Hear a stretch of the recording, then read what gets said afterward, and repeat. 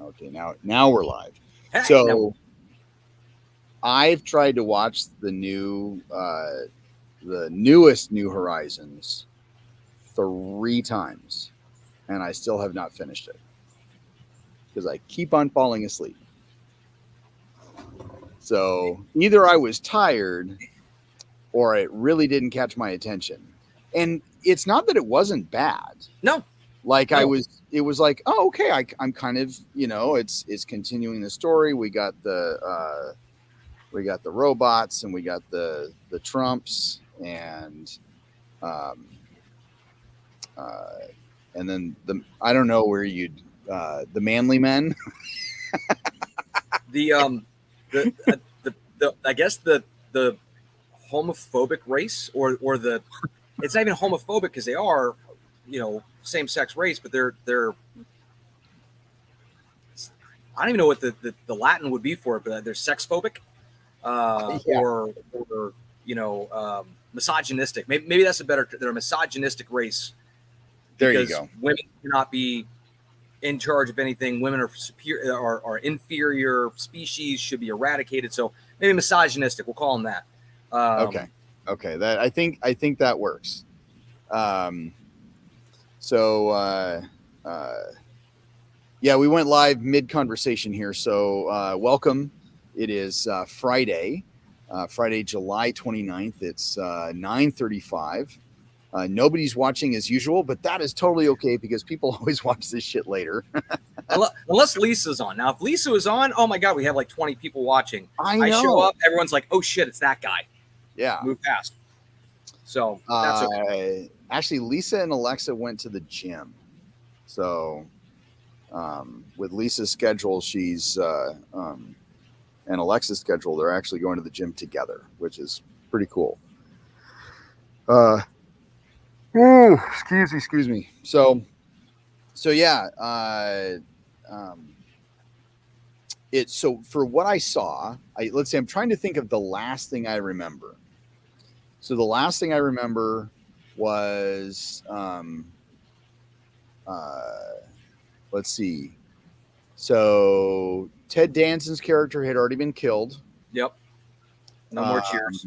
They went to the Kalons to be like, hey, so that weapon that we used to destroy you guys.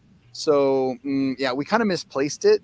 Oopsie. So and we kind of know who misplaced it, or we know who misplaced it and kind of where it went. Um, do you mind like being friends at least for right now? Because these guys are even worse. Yeah. Um, and then let's see, they ended up going to That Mockless colony that doesn't exist but does. yeah. Well, was it that same planet? This is not the same or is planet. this or is this a different planet? Because Yeah. all I remember is seeing like this big X down on the Yeah. planet, X of lights. It from my memory, and I would have to go back and double check, but from my memory, it's a different planet. It's another Okay. one of those. It was given up when the Mocklins joined the Alliance, but it still exists. There's if stop. If there's still a Mocklin base, this is where it used to be. They're supposed to abandon it, but they probably didn't. So Okay. we'll go check it out, kind of thing. Because there was like the smartest Mocklin scientist, and they would take the device to him because he would be Right. able to figure it out. Because apparently they built a device that only 2 people know how to operate. And it That just happens to be the 2 people on the Orville. I I There are some okay. there Okay. are some lazy writing moments in some of this stuff, and I as the episode goes on, you kind of sit there and go, okay, I see why you did it. I mean, kind of stupid, but I get Yeah. why you did it. But that's been one of my biggest gripes, consistently is, it's like time travel episode. Hey, I've got Mhm. this device. Yeah. Oh, okay. Where'd it come from? Don't worry about it. Well, why didn't you use this for? Stop asking the questions. We have it. Why do Yeah. you have? Again, that's a question. No Yeah. questions. Just Well, roll. see, that was the first thing that popped into my head at the beginning of the episode. So all of a sudden, they have this device that kills Kalons, and I'm like, well, how long did they have? And they did establish that it's something that they'd been working on. They find so we don't really know how much time has gone by, Right. but they had been working on it. They figured it out, and so it's like, okay, it kind of started off where you're like, huh, and then they give a good explanation. I'm like, oh, We didn't get that it's before, a but we got new it now. thing. It's a brand new thing. They actually, like, we developed it, we figured it out, and this is why it doesn't hurt Isaac. Sweet. Okay. Perfect. Great explanation. But then again, even though, Brandon Braga is one of the executive producers, and he did write this episode. And not to really knock on Brandon Braga, but he did, let's just say this. And I always come back to this, is because this is kind of puts, he did get better over the years. Yeah. But when Brandon Braga and Ron Moore wrote Generations, and Ron Moore had written this, he had basically written this scene where Kirk dies. Brandon Braga, when he got it, it was like, okay, this is where I've got so far here, take on from here, and so Brandon Braga read it as Kirk flies. So he wrote this entire scene of Kirk flying. Yep. And didn't even question of, well, why does Kirk fly? He just decided, he just thought, ooh, Kirk flies. Okay, I'm going to write a whole scene about Kirk flies. I How still dumb say, are you? yeah, How I still say dumb are you? he skims things, right? He doesn't read it. He skims it. He's like, yeah, I think it's Kirk flies. All right, cool. I'll go off of that. Well, you don't go and Kirk flies. Kirk flies what? The Enterprise shuttlecraft. Wait. Random PA assistant. He flies like Superman flies, like jetpack boots. What are we talking? Oh, he dies. Oh, got it. Sorry, I misheard you. I heard flies. My bad. He goes, Kirk flies. Cool. Gotcha. Stop. Question everything, but Yeah. This is very much a Brandon Braga episode, obviously. We got a little bit more explanation as far as the why. This is a perfect example of why we need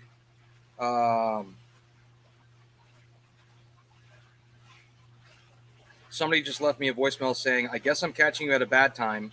I've reached out about a property I think you might own, and I was hoping to see if you had any interest in selling.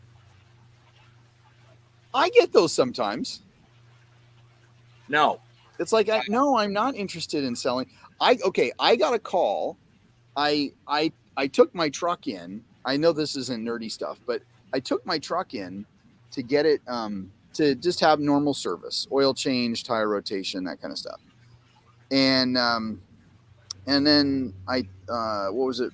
My last week, the week before, we took in my wife's Highlander because, it needed an oil change and tire rotation. So we got that done. About a couple days after we took the Highlander in, I get a call from Vancouver Toyota saying, hey, looks like your truck is actually in pretty good condition. We'd love to have it on the lot. Are you willing to trade it in? No, I love my truck. And it's like, and it's like, and they're like, well, it looks like, the basic book value is like 45,000, but we could probably make a deal, make it a little bit higher to make it a little bit more worth it. And I'm like, and I was like, well, okay. So I said, say I brought, and I said, well, what are the new trucks going for? And all these different ranges. And I said, okay, well, if I got something comparable, I'd probably be paying about the same amount that I paid last year. And she's like, yeah. And I said, so if you actually gave me trade-in value, like if you gave me, say you gave me 50,000 and I paid 52,000, so I'm only owing $2,000 on a 22. My truck's not even a year old. I said, does it come in the same color? Oh no, they don't use that color this year. Okay. And how long would I have to wait for a new truck? Oh, well, there's, there's all these issues. And I'm like, yeah, no, I waited over 2 months for my truck, almost 2 months for my truck. I can't really remember, but that's okay. Yeah. I kind of like my truck. In fact, I plan on driving my truck until it dies. I was like, I'm 50. And if this truck lasts for 20 years, that means 70. That's pretty good. Yeah. That's pretty good. I'm good with that. And she's like, oh, okay. Well, it's just, I was like, no, you're just doing your job. No worries. Yeah. Yeah. I had that. When I used to have my Mazda, and I had bought it and paid for it all outright. I had gone, it was probably 2 years after I bought it. I went to go get it serviced at the dealership because I had one of those coupons. Oh, bring it in, get the oil change, tire rotation, blah, blah, for $20. Cool. Awesome. So I drop it off, and they're doing a recall to it as well. And the sales guy's like, well, while you're waiting for your rental to come around, I bet you could trade in your car right now with me today. I can get you in a brand new Mazda 6 today, and you'll pay less than what you're paying for your car right now. And I went, really? He goes, oh, yeah. I said, well, before I waste too much of your time or you waste too much of mine, I want to make sure we're on the same page. He goes, okay. I said, so you're telling me I can trade in my car right now. You're going to put me in a brand new Mazda 6, brand new, today. He goes, yep. I'm going to pay the same or less that I'm paying now. He goes, yeah. Okay. Do you know how much I'm paying for my car? Out of curiosity. He's like, look, man, it doesn't matter. We will square you up. We're going to get you paying the same or less than your vehicle right now. I said, that's awesome, man. Let's go look at some cars, because what you're telling me is I'm going to trade my car into you today, and I'm going to walk off the lot with a brand new car, and I have to pay shit. He goes, no. I said, you're going to pay. I said, see, you didn't ask me that important question, which is, how much are your car payments? How much do you owe on your car? I paid my car off, and you just told me, with witnesses around, you're going to trade in my car, keep it, and put me in a brand new car right now. For nothing. Same or less. So if you want to pay me for a new car, I'm good with that, but I don't think that's fair. But I'll take a swap. Oh, we can't do that. I said, then why'd you offer it to me? Mm-hmm. I said, you're doing your job. I'm teaching an important lesson. Get information before you make an offer. Right. Because I paid off my car. And I will gladly swap it out today for a brand new car, but you're not going to do that. Yeah. I can't. Well, again, you didn't ask me how much I was paying before you made the offer. Right. Oh, okay.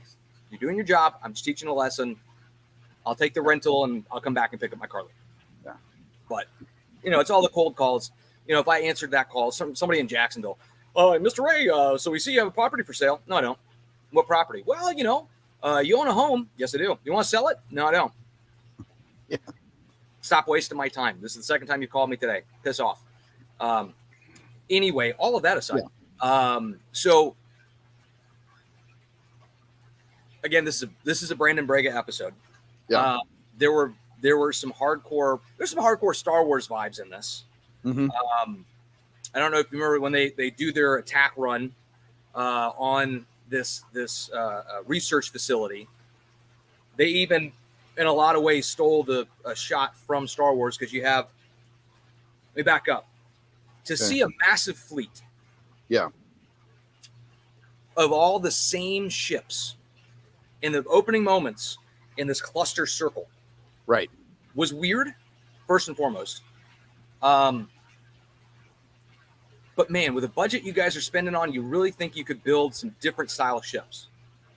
Well, I've noticed that they have like three or four ships. They have like 3 or 4 different models. Are you talking about Union ships? Yeah. I'm just talking about just different designs. So they've got their capital ships.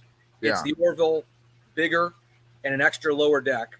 Yeah. But it all has that same spearhead design with the 3 nacelles, for lack of a better term, on the back. Right. All look similar. Right. Where, in Star Trek, you've got completely different designs, whether the nacelles sit different, whether it's shaped different. We all don't it's not just the Enterprise variant sizes, right? Right. So it like, especially in the later scene when they bring the fleet on to the Moclan planet, it is cool to see, oh my God, you got all these ships, but it's like, hey, that's not the Orville. That's not the Orville. That's the Where in Star Trek, it's like, there's the Enterprise, there's Voyager, there's the Defiant, there's, it's very unique visually. That's a nitpick thing, but even their attack shuttlecraft, it's like same look. It's sleek. It looks just like the ship, but now it's a 1-person machine. Same 3 nacelles. Yeah. Which I always thought the nacelles were something to do with warp drive or light speed or whatever the hell they call it in the show. Not the case. It's just how they propel themselves. I don't know. Yeah. It's interesting, and yet at the same time, it's kind of like, couldn't you done something? I know I'm nitpicking. No, I know. The like, even in the opening, in the first episode, when they introduce the fighter, the fighter, right? I'm like, they made it look exactly like the bigger ship. Why did they do that? They couldn't have thought of like a different design, because there's we've got shuttlecraft that are different. That's the only thing. Their shuttlecraft are a little bit different. It has 1 large nacelle on the back, right, which is actually different.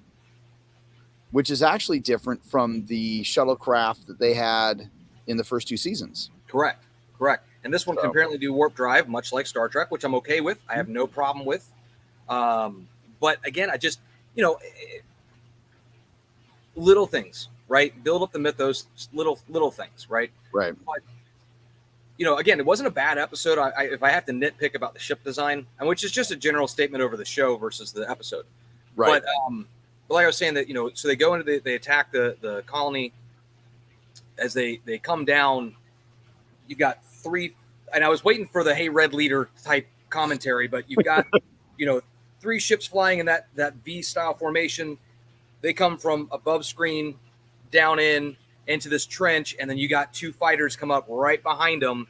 Yeah, and I can't shake him. He's behind you, and I'm like, where's the Star Wars lines? Where's the stay on target? It's like, we're 300 meters, 200 meters. I'm like, here it goes. Stay on target. Stay on target. Give me something. About fire, use the force. Something. Give me something. Of course, there wasn't. That's the geek in me. But I just, I think they did a good job, at least this episode, of keeping the action flowing. Right. I really do struggle with that whole. Oh, by the way, Isaac and this ensign built this one device. We don't know how long it's been since the last episode. This is where Stardate's really come in handy. We built this device, and it kills all the Kaylons. It doesn't kill Isaac, which they gave me a reason, and that's cool, and I appreciate that. Right. But when you deploy the weapon, everybody explodes. Yeah. And they're saying it's because of the hive mind link. Why did that make it explode? Yeah. I mean, curious, not complaining, just curious. Right. Like, what caused it to go, oh shit? It's a ship. They come and go. They're not, from what we've seen, they're not like interlinked with the ship. It's the ship. They get in, they get out. But it still looked cool, and they did. So yeah, right. So the visuals were impressive. Oh, it very much so, much so. But yeah, we go. Okay, so we have this device. We go and we say, hey, Kaylons, we don't have a ceasefire. We're going to use this. And no, you don't have. You're not going to be able to reverse engineer it because there's only 2 people in the entire known galaxy that know how it works. And if you tamper with it, it blows up everybody. It goes off, and everyone's going to die. So, we're cool. Yeah. But then we disproved that because the Moclans. So we have the defectors. We have I'm going to call them the Orville Maquis. Okay. They're not happy with what's going on. They're more about no, KTF, kill them first, right? Get in, get out. We don't care. They killed us. We got to kill them. They're a big threat. They hijack it. They've got people everywhere. They go out. They turn it over to the Krill and the Moclans because I guess that made sense, which sort of did. And get blown up in the process. Like somebody didn't think that was going to happen. Yeah. And then they go and mess with it. And it didn't blow up. It didn't trigger it to go off. Right. They just hooked it up to a bigger power source, and it's like, oh, okay. And we figured out how to use it and activate it, and hook it up to all these other devices. Which, as soon as they started doing that, I'm like, whoa, time out. I understand you wanted to create a reason for us to bring in the Kalons as a new good guy, right? Almost as a new, for lack of a better term, a new Klingon or whatever.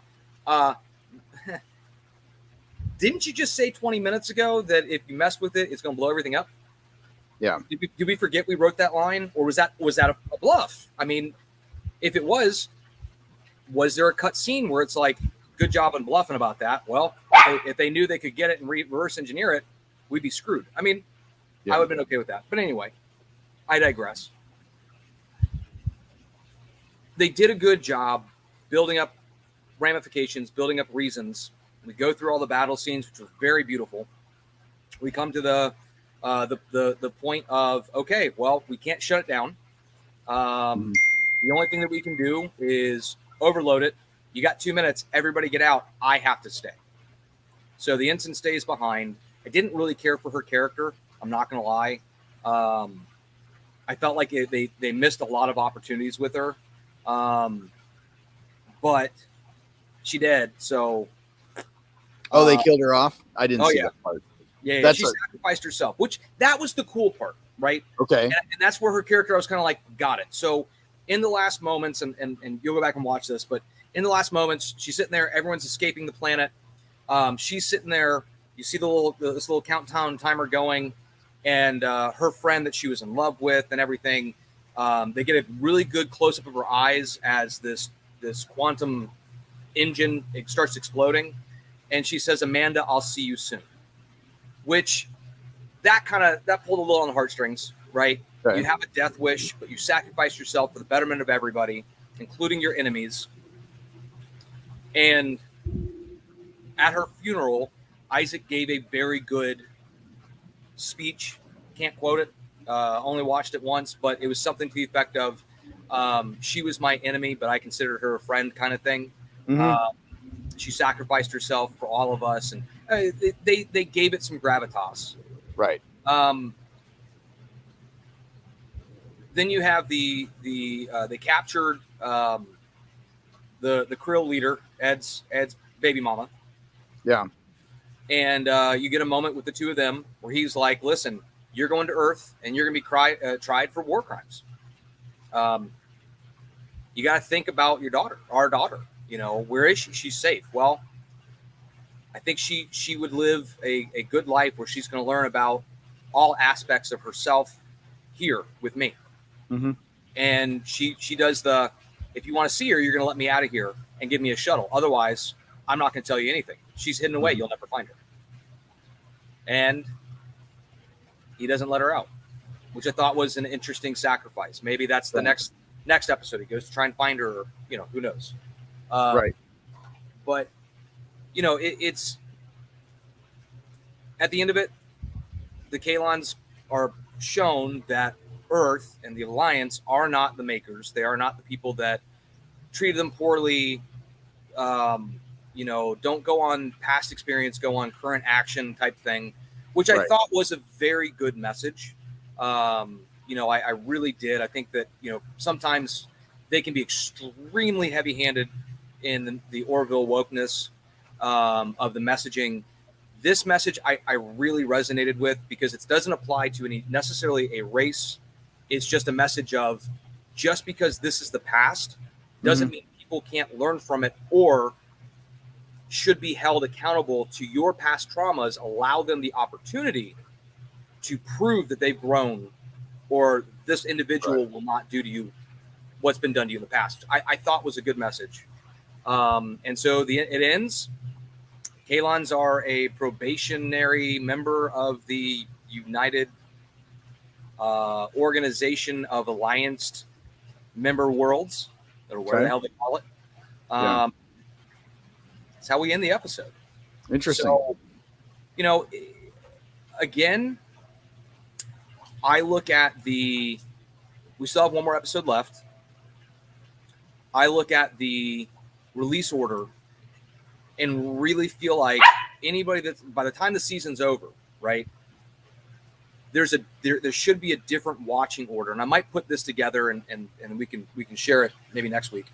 Of saying like, hey, this is the order to actually watch it in. It'll make more sense because I do like the fact that they're doing almost 90-minute episodes. You know, the first episode was like an hour and 10, then it was an hour and 20, then it was an hour and 30, and it stayed around an hour and 30, hour and 40 runtime, which is probably part of why you fell asleep. Last night's episode was what, an hour and 18, hour and 20 minutes, something like that. I think it was like 127, or a little bit over 130. It was a long episode. But I know last week's episode was long. I just remember noticing on the time it wasn't as long as last week's episode. Yeah, I think last week's episode was almost an hour and 40 minutes. Yeah. So, I mean, which again, when you're telling an all-encapsulating story the way they are, I have zero problem with that. The fact that they can and last week's episode was great. Last week, and we didn't talk about that yet. We didn't talk about that yet. So, it was great. I really enjoyed it. It gave a lot of closure. It showed a lot of different elements of where the parts and pieces are, and it does flow right into this episode. So I really did enjoy it. You know, consequence type thing. It really played off the UN-Russia relationship, in my personal opinion. Personal opinion. I think that might have been what they were going for, which again, not a bad thing. Wasn't like a heavy-handed, this is what you have to learn. You know, the more you know comes up on the screen afterwards type thing. It was, here's the information. So like I dig what they're trying to do now. I feel like they found their footing, but I feel like because of the links of these episodes, I stand by what I've said before. I think that because of the links and the CG involved, they were probably written and intended in one order, but were unable to meet that due to the post-production. And so they had to do it in a different order. So like I said, I want to put together a watch list so people can go on and go, okay, I'm going to watch New Horizons. I'm going to start with episode 8 or episode 7, and then episode 1, and then episode 8, and then episode. Well, and even like, not even say that this is a chronological order watch, but this would be like a machete, like the Star Wars machete format. Correct. You know, correct. Which order should people watch it? Because in, like with Star Wars, if you watch it episode 1 through 6, I'm not even going to include the ends. It's an Anakin story straight up from beginning to end. But if you watch it in a machete format, it's a Luke story from beginning to end. Right. So it all depends on how you watch it. And so we could call this the New Horizons machete viewing. Yeah. You know? I mean, I'm willing to make a graphic and throw it up on Twitter and tag Seth MacFarlane, and I don't care because I do feel like now that we're coming up to the end, now that we've had several really strong, really good episodes, I do feel like, I want to see next week. And especially if people go back and watch when we first started talking about this, we're going, oh my God, why? I don't know if I'm going to keep watching it. Now I'm like, okay, you've reeled my interest. It definitely has gotten better. It has. But I think I'm going to create what I think playlist should be. I'm going to be recuperating, so all I'm going to be able to do is fucking watch TV anyway. So I'll watch it in whatever order I kind of feel like, okay, this makes sense. And if it plays out, I'll send it to you. We can watch it together and go, yeah, no, that makes sense. And then, put it out in the Twitterverse. I'll tweet it.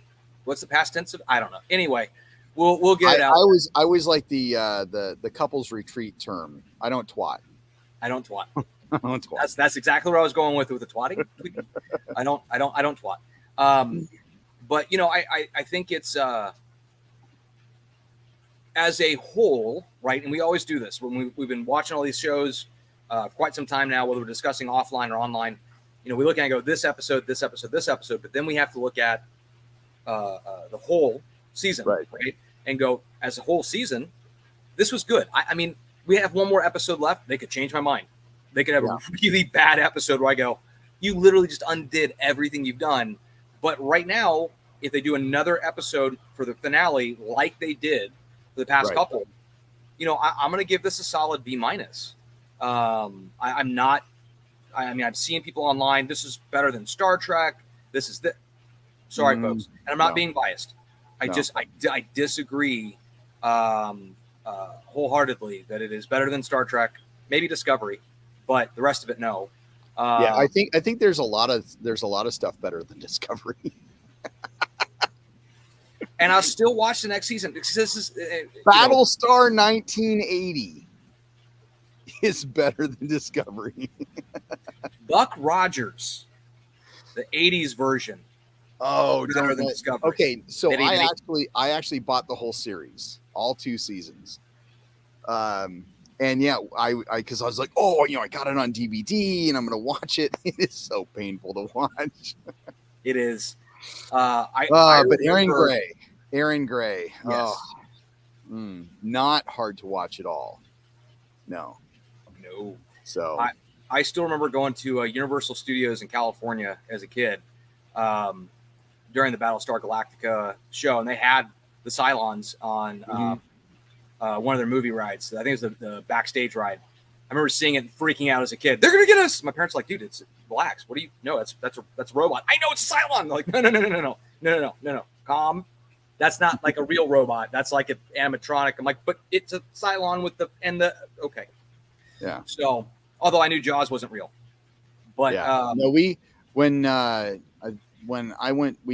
we went down to LA, my grandmother took us all to Disneyland. That was my one and only Disneyland trip where I was like, this place sucks. We also we did a Universal Studio tours, and that's where I saw Kit. I saw pictures from that. But I do remember the Battlestar Galactica ride or whatever they called it. Yeah, I can't remember if it was a ride or if it was the part of the backstage tour where they go. I'm not sure. So, but no, I am looking forward to Discovery season 5. Mainly because season 4 is over, but it put us in a really good. I really feel like Discovery season 4. And I know you got to catch up on everything, but the season 4, they lost their way, and they're coming back to Star Trek, right? We had yet another overarching first episode to last episode story that could have been resolved much sooner, but they set us up in a way where we're back to discovering again. We're back to exploring again. We're back to trying to reconnect with other races that maybe left the Federation and are unsure if they want to come back, and new races that the Discovery team don't know about. Right. And without an Enterprise, Discovery kind of becomes that default flagship right now. Which is not a bad thing per se, but I think it's an interesting direction they could take. Right. So I am looking forward to whenever that is. I think it's next year. Of course, Lower Decks. Hyped for Lower Decks. Can't wait for Lower Decks. Love Lower Decks. Oh my gosh. I keep watching all the little hey, here's a teaser. And I'm like, oh my god. But you know, I think of course, Strange New Worlds. Sorry, I have to. Yeah. I want it sooner. I don't want to wait, No. but I have to. Yeah. But yeah, I mean, I don't know. That's my whole. I don't really have a whole lot to really say about the particular episodes. They are worth watching. They were good. They were good stories. They were encapsulating. It was a start to finish. But like going back to New Horizons, we have way too many unanswered questions that just you started us down a path and went, oh shit, yeah, scrap that. Maybe it fixes it next week, but at least the last season, the season 2 stuff, is now resolved in season 3. But we have all the season 3 stuff that just like just randomly left there. Sorry, if you're watching this, guys, that was a total ADD conversation. He and I are both used to those. If you don't know what's happening, just I'll put out a playlist so you can skip ahead and get to the right parts. We do. So we've had people watch here and there, but they always come on. Like I said, they're going, oh, that Rob's on. Now I can't. I don't take that guy in small doses. But no, I think there's hope for New Horizons. But I'd rather enjoy all the other nerddom that we will have in August, September, October, November, December, January, February, March, because we're going to have a lot of it. Yeah. Yeah. Well, just looking at what is it? Just Bad Batch. Yeah. We're looking at episodes, even just 16 episodes. That goes midway into January. So, and that will probably bleed over into Ahsoka. Let's see, Andor's in September. Andor's well, let's see. September, October. We have a graphic. Why? We have a graphic. This is what we got so far. So Andor is August 31st. There we go. I'm guessing it's probably 10 episodes. However, if we go by how things are coming out, we had 10 episodes, and we had 8 episodes, and then we had 6 episodes, and then or actually no, wait, was Boba Fett 7 episodes, or was it 6? I think Boba Fett was 7 episodes. I think it was 7. Kenobi was 6 episodes. Right. So could Andor just be 5 episodes? God, I hope not. I'm tired of if you're going to do a movie, do a movie. Yeah. Here's part 1 that's 90 minutes, part 2 that's 90 minutes, part 3 that's 90 minutes. Done. Yeah. So I'm guessing it'll probably be a standard 8 to 10 episodes. Probably. And I just put like 2 episodes ? I don't know. I've heard that they might do 2 episodes. I don't know. I don't either. But it's that's what they did with Obi-Wan, which kind of made sense, right? So I can see. Well, it was almost like they and I don't know why they did it, but I remember they're like, okay, well, here's a release date, and then it's like, sorry guys, we're gonna release it 2 days later than what we said, right? But we're gonna give you 2 episodes instead, right? So it was almost like, hey, sorry we had to do this, but we're gonna reward you with an extra episode.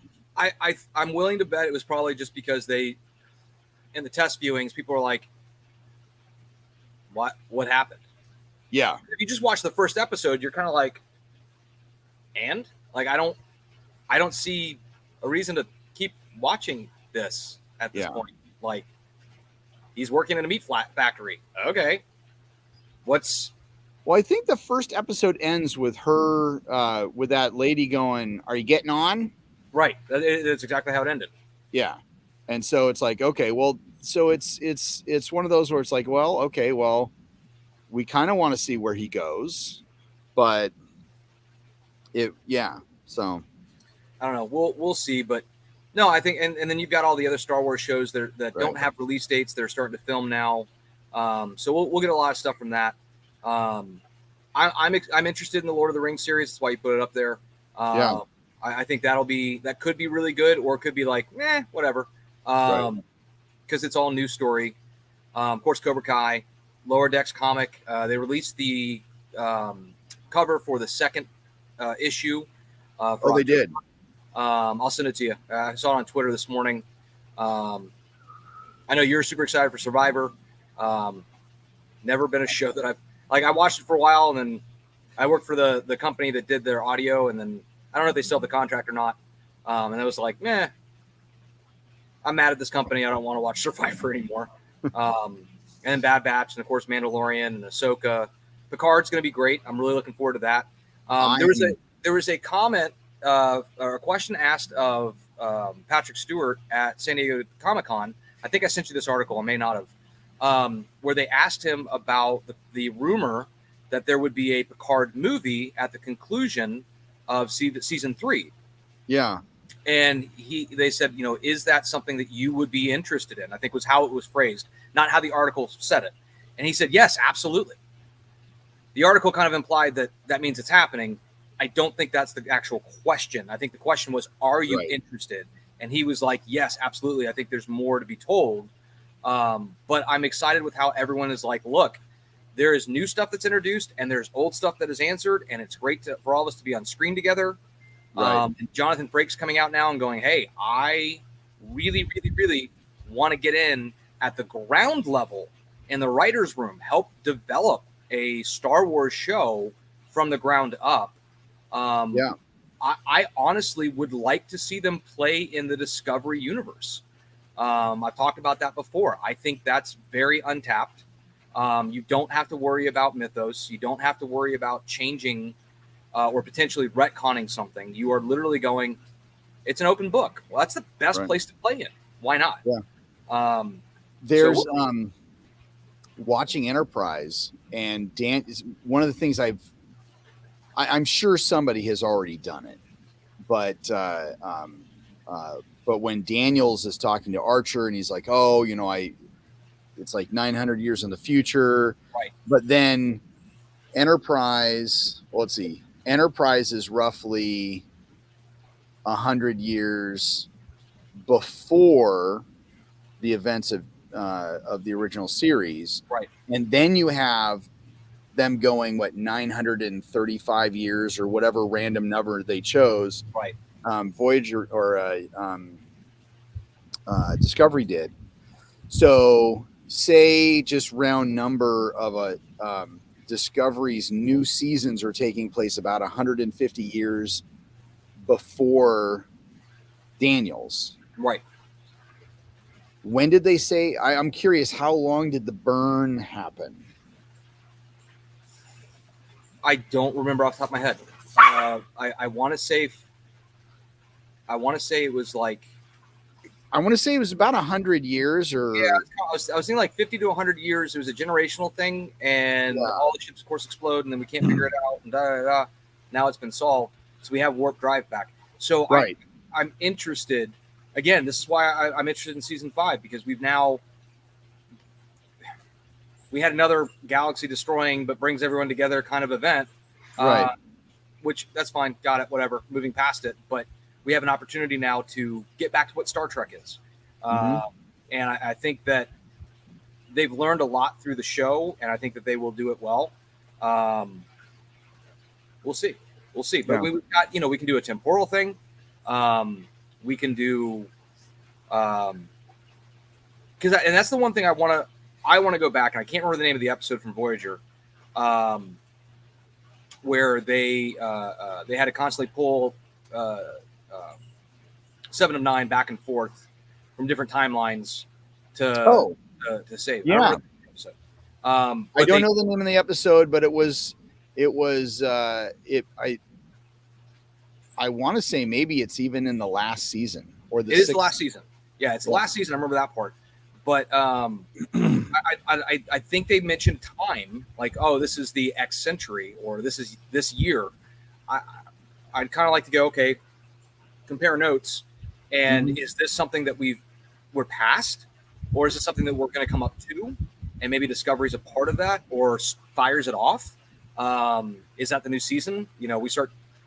As much as I'm tired of the time travel trope. Right. If it's done well, like that episode, I think was done well. You know, I think so. What is it? I think it was in the 2700s. probably that sounds about So I right. think it's only about, yeah, because I think they say the 27th century, whereas Daniels is from the 32nd century. Is it Time and Again? Is that the episode?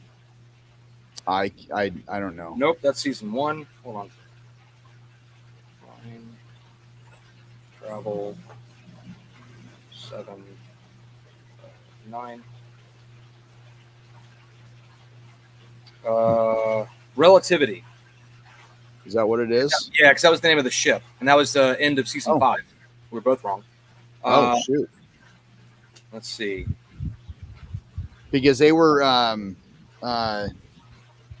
going after MacGyver's buddy. Yes, 29th century. 29th century. So they're in the year 2800, give or take. So Yeah. In 2371, Janeway beams aboard Voyager during the final phases. Blah blah blah blah blah blah. I don't need the whole synopsis. They gave us a year. I could have sworn. Blah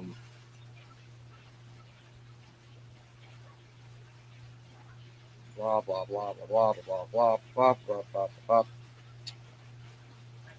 Is there a year in here? Scanning through.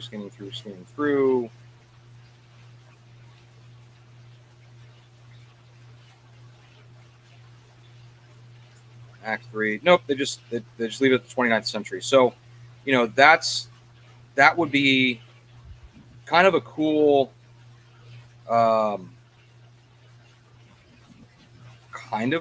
part to play on. Mm-hmm. I think. I mean, it might not work out well, but we have several Star Trek shows that talk about the temporal Cold War or temporal Federation or whatever. So, what would be really cool though? Say you have Discovery, or maybe they have a show that is focusing on the temporal Cold War. Yeah. So it happens. It's all about time travel, and maybe we get to see who this mystery guy is who's talking to the Pseudobomb. Right. That would be cool, because it's not Archer. It's not Archer from the future. So it's not, and that's I agree. And I apologize. I'm going to switch to my phone. One of my computer programs is saying, "Hey, congratulations! In 2 minutes and 42 seconds, we're restarting your computer. Nothing you can do." So I'm going to, while we're talking, that's why you get a Mac. I know, right? Well, this is an old work computer that I got from my dad when I was working for him, and open and Chrome. And the downside is some of the programs that his IT people loaded on. Yeah, I'm not able to remove. So I've been trying to get with these guys to be like, can you just take this shit off? And they're like, yeah, we'll get to it. And they never do. And I'll enter that way. And I'll hit so my phone should be backstage. I'm not showing. It's not showing up yet. Only the host can see you. The host may add you to the broadcast anytime. Be ready. I'm not seeing you either like I normally would, so let me leave that. Let's go back to the message. Enjoy technology, ladies and gentlemen. Yeah. Copy. Delete. Paste. Go.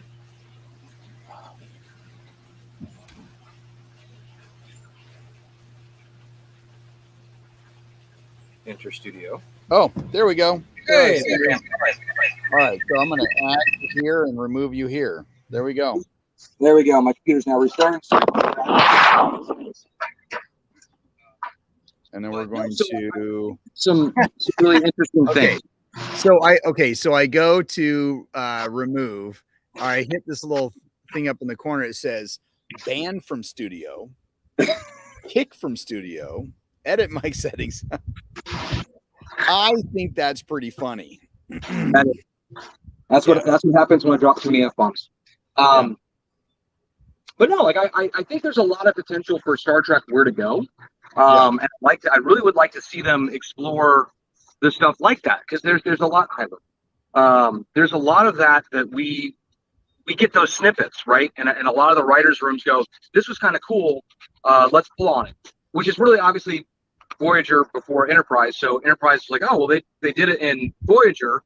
What happens if that did change some of the timelines? Now we're going to do it again, but now we're going to change that a little bit. The temporal Cold War is different, because there is that episode where Daniels is like, hey, Archer, thanks. You solved the problem. It's done.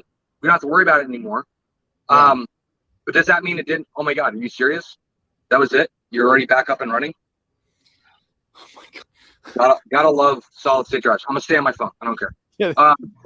But no, like I love and hated the temporal war element to the Xindi. It made sense from one standpoint. Right. I almost wish it was like a dimensional war. Like, listen, we're so far in the future. We noticed we've discovered all of these multi-dimensional beings, and they're trying to redo our entire world, everything that we know, to fit them to conquer us. So we have this interdimensional task force that reinforces that, battles against it. Obviously, that's not what they did, but I think that would have been kind of cool if they had done that. Yes, you can close Messenger. But, you know, regardless, I think Jonathan Frakes at the helm of something. He has directed, since TNG, multiple episodes, even of Orville and New Horizons. So I would love to see what his take on that mythos would be. Love to see him and Will Wheaton get together with some writers, especially anybody from the Strange New Worlds group, and put together a show. I think that would be epic. The article that I read that was talking about, you know, pilot episodes, like it sets the tone for a whole series, and have Jonathan Frakes be a writer on it and to direct it, whether he acted in it or not, it's a different issue, would set the tone for that story. And I think that could be a really good series, because I like the work he's done. Primarily visually, right? We don't get a lot of Jonathan Frakes writing. Right. Well, was he talking about writing, or was he talking about being a showrunner?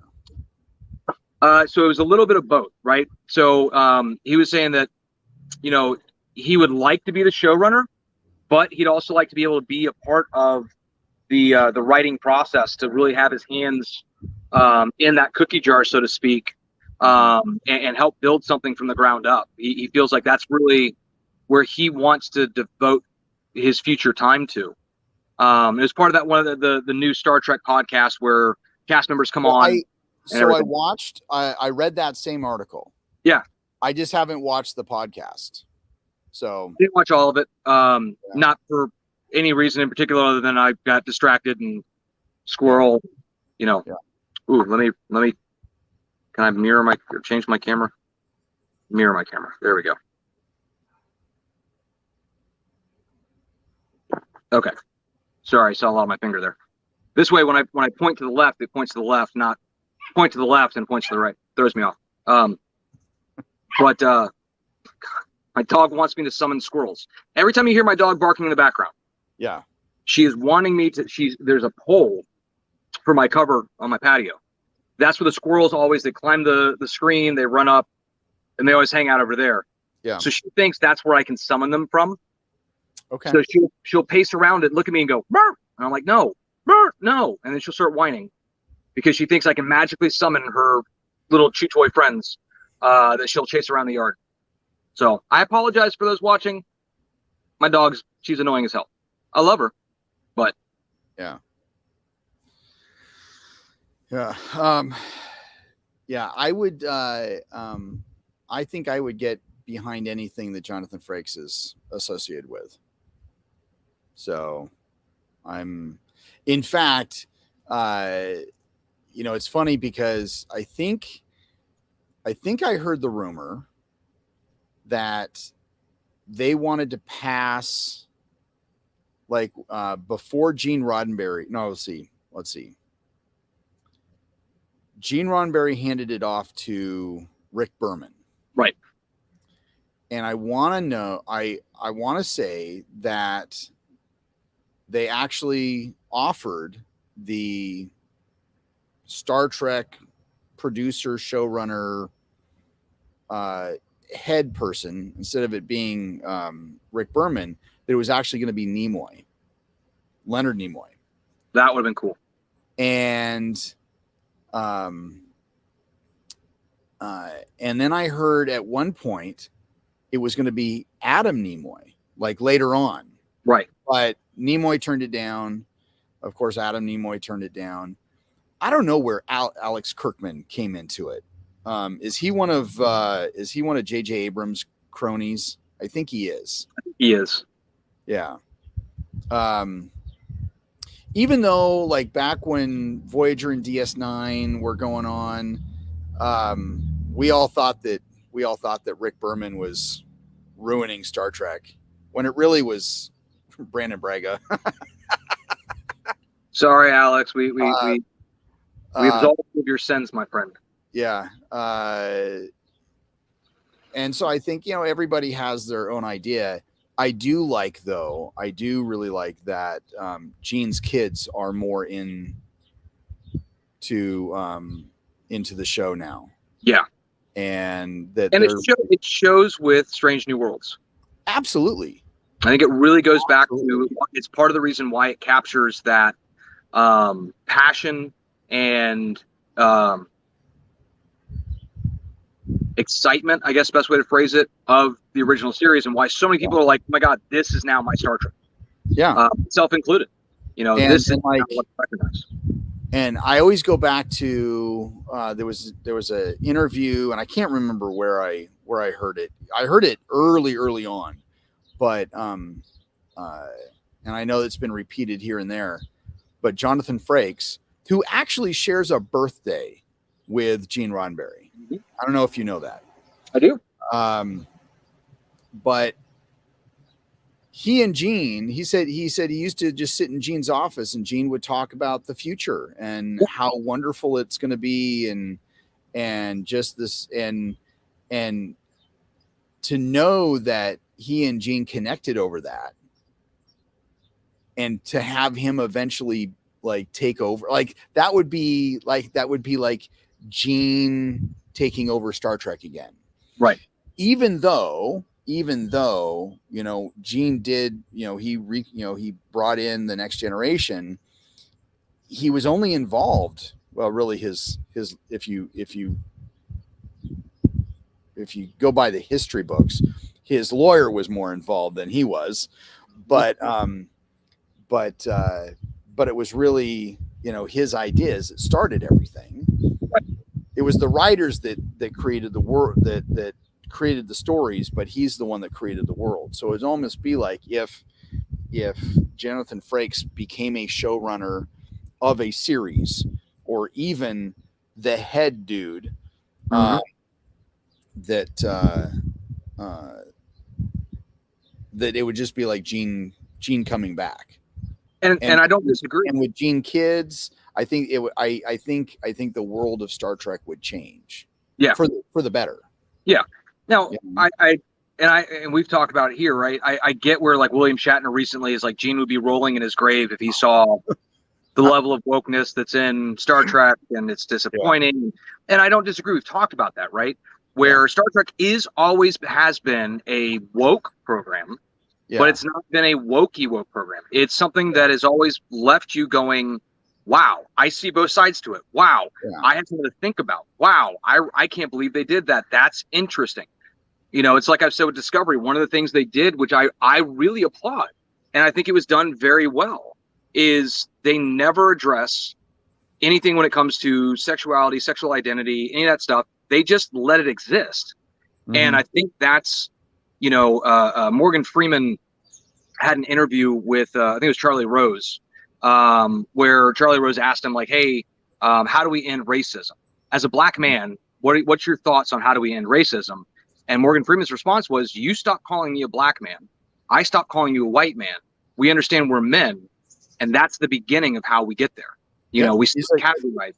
And I think how do we deal with it? We just don't talk about it. We just move forward.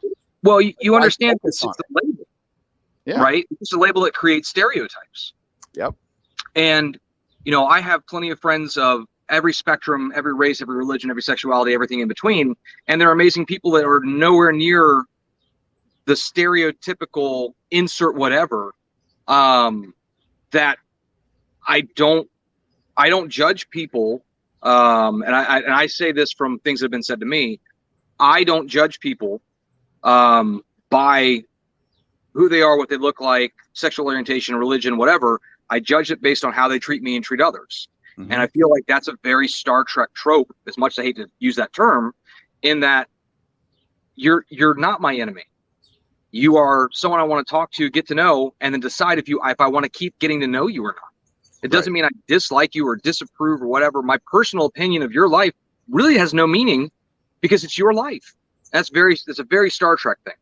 And I want to see us, and we are seeing that in Strange New Worlds, continue on where it's, you know, we just want everyone to improve, to get better. How can we help you?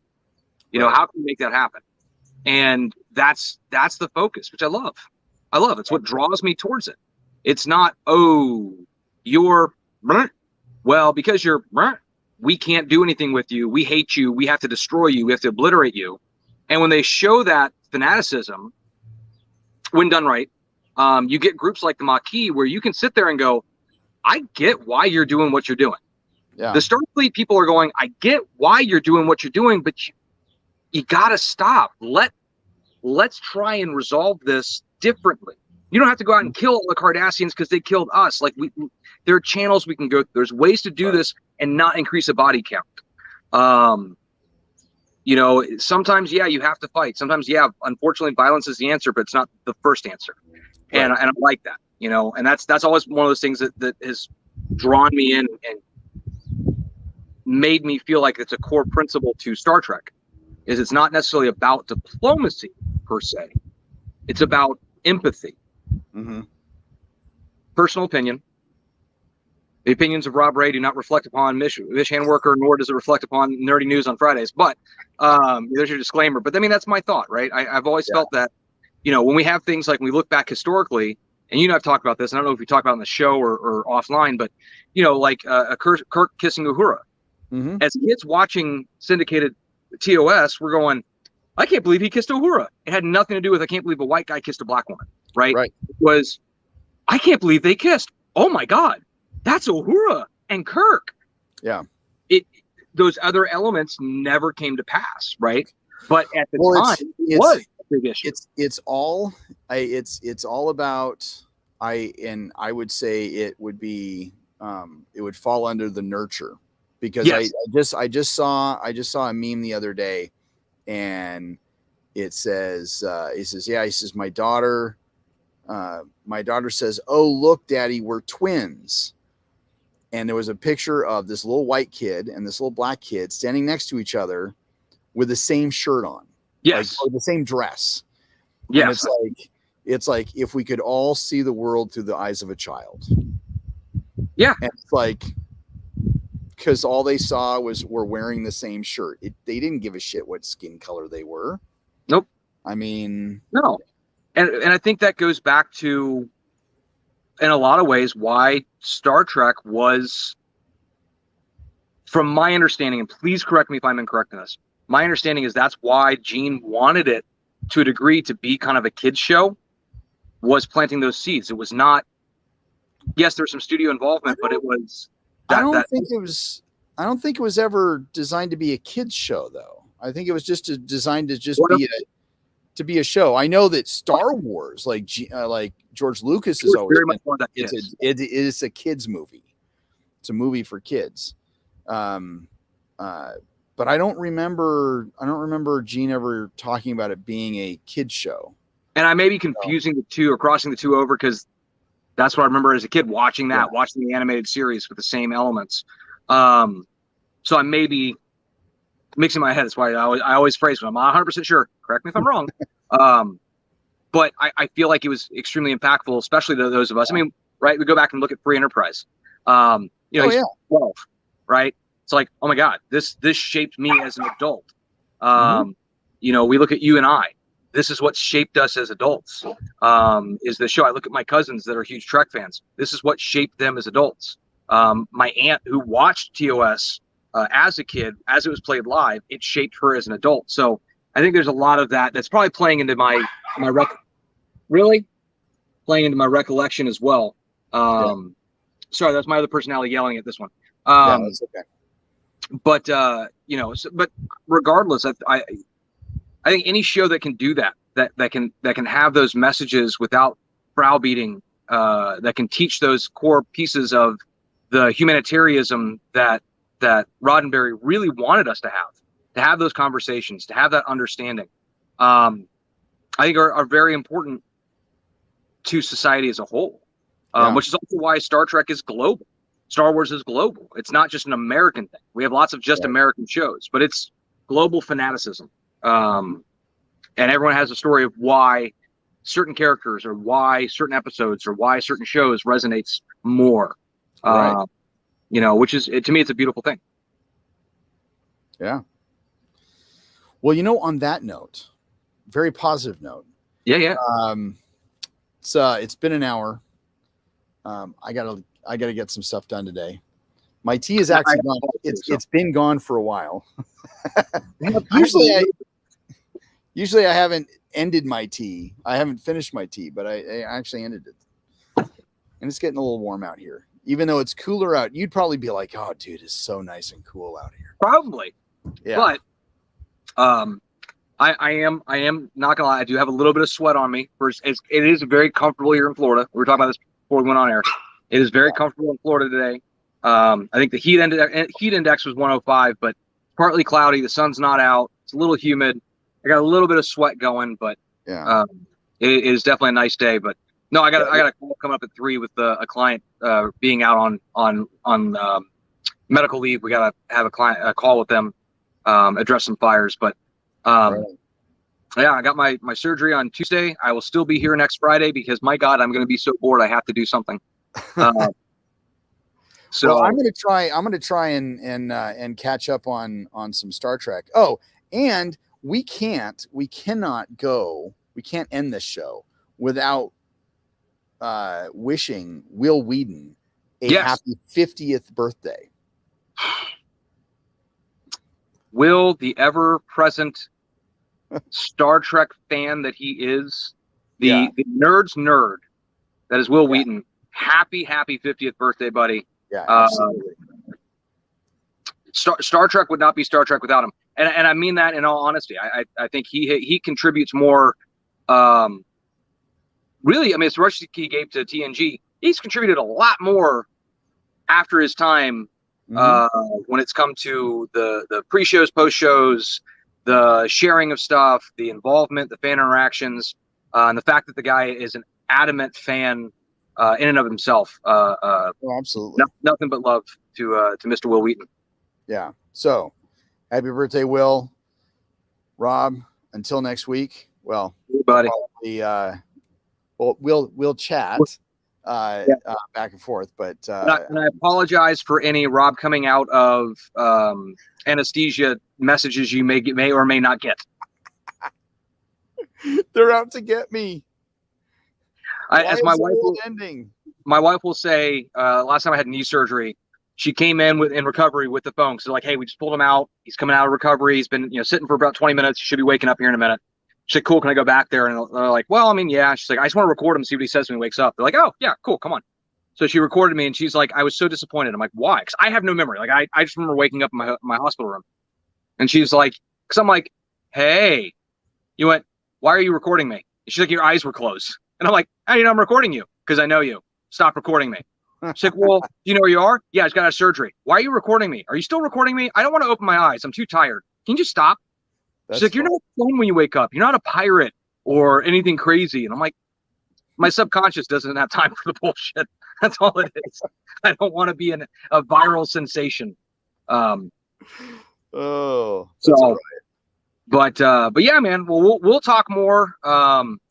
I know we'll end up talking once you finish the new episode of New Horizons, get your full take on it. But yeah, I'll hit you up, let you know how the surgery goes, and till then, so I will not be online Tuesday in the chat room, guys. So sorry, can't interact with me then, but we'll be there on Monday. Definitely be on there after that. As interactive as I can be with typing with my left hand, because my right hand's. Well, you could always dictate and then just see what comes out. Be like, I don't think he meant that, but I bet if we switch that word to this word. Yeah, right. What did he mean that voyages to the fifth planet were always about ketchup? I don't think that's what you meant, Rob. Can you correct that? Because that didn't make any sense. Yeah. And he's responsive, no. But right. Or with my Southern, as it always comes out, I'll say, text back something to my wife like, no. Did you mean to say now? No. Cancel. Reply. No. And it comes up KNOW. Yeah. Stop. Yeah. No, you stop. No, you stop. God damn it. Like, you get those right, but not what I'm trying to say. So, yeah, we'll see. I might do that just for comedic value. Yeah. There's your disclaimer for next week. It's like on today's episode of Morning Tea, we're going to decipher Rob's text messages. talk to your insert AI now with a slight Southern accent and a slight speech impediment, and see what it says. It's like when they're like, oh yeah, type in the predictive text. Type in, my wife doesn't like it when, and then just keep hitting the middle button. It's going to be the same shit you're going to get from me, but it could be equally as entertaining. That might be Wednesday's show right there in a nutshell, folks. That's funny. So one thing that has been popping up on my Facebook feed they disappeared for a while, but now they're back, are these Star Trek quizzes. Yeah. Like, ooh, I bet you can't get 100%. So I actually was like, I'm thinking it's like, I should do a show where, I have it half screen and I'll just be like, okay, let's take this quiz. Let's see what I get, Then your antivirus goes up. Also, you get all the ads coming through. Russia's trying to hack your computer through this program. I see those and I'm like, I see them for Star Trek and Star Wars. And I'm always like, what do you mean? Only 2 out of 100 people got these questions right. There's no way. I don't know if I want to touch that. You might hack my Facebook. Do I have two-step authenticity set up yet? Yes. Okay. I'll do it next week. Yeah, that would definitely be entertaining. So, all right, brother. Well, for any of you guys who have been watching this long, because nobody's watching now, but if you've watched this offline this long, that means you enjoyed this episode. So if you haven't hit the like button, hit like, share, comment, all that really cool social media stuff. So anyway, because there is nothing going to be over the weekend, until Monday, live long and prosper. And